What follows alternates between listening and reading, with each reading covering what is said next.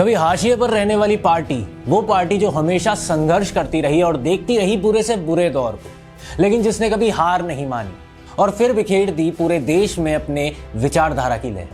आज हम बात कर रहे हैं भारतीय जनता पार्टी की, और हम इस पर बात क्यों कर रहे हैं ये जानिए हमारे विशेष प्रोग्राम में। भाजपा आज अपना 47वां स्थापना दिवस मनाने जा रही है। भारत में आज 21 राज्यों में भाजपा या उसके गठबंधन वाली एनडीए सरकार है, लेकिन केरलम, बंगाल, तेलंगाना जैसे राज्य में वो अभी तक सरकार नहीं बना सकी। तमिलनाडु, आंध्र प्रदेश जैसे राज्य भी उसकी सिर्फ गठबंधन वाली सरकार ही रही है।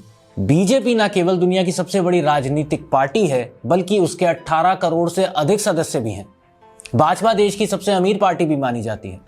एडीआर की रिपोर्ट के अनुसार वित्तीय वर्ष 2024 से 2025 में पार्टी की आय 6,769 करोड़ रुपए रही है।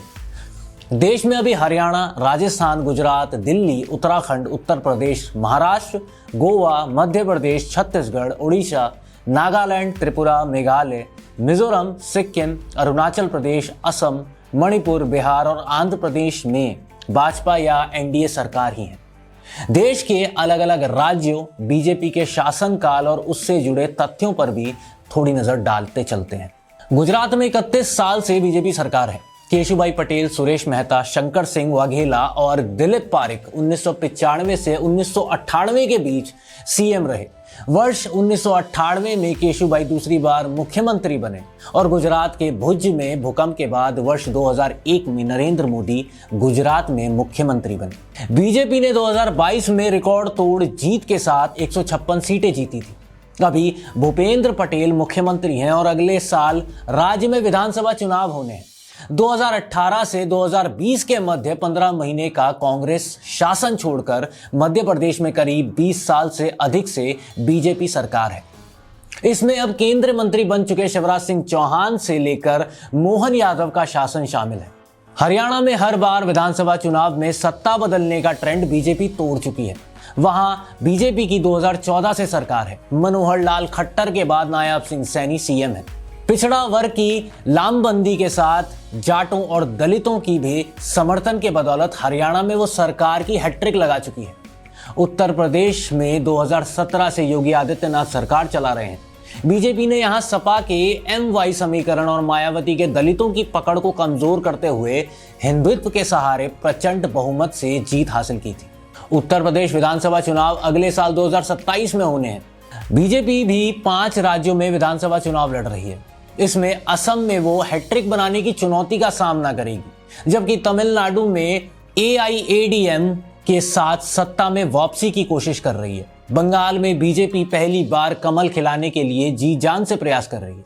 केरलम में भी वो कमाल करने की कोशिश कर रही है। अब बात करते हैं बीजेपी से जुड़े दिलचस्प तथ्यों की।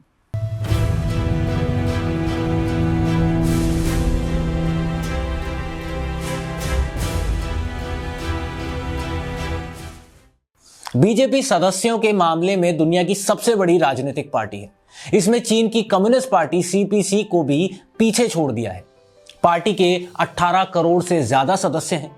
भारतीय राजनीति के इतिहास में अटल बिहारी वाजपेयी पहले ऐसे गैर कांग्रेसी प्रधानमंत्री थे जिन्होंने अपना 5 साल का कार्यकाल 1999 से 2004 पूरा किया।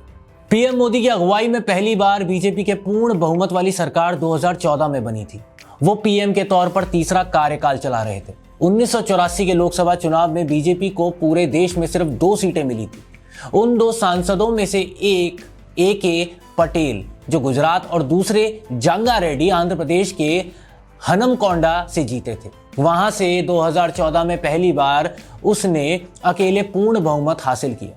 कमल चुनाव चिन्ह बीजेपी के निशान के साथ भारत का राष्ट्र फूल भी है। 1857 के प्रथम स्वतंत्रता संग्राम के दौरान रोटी और कमल प्रतीक थे।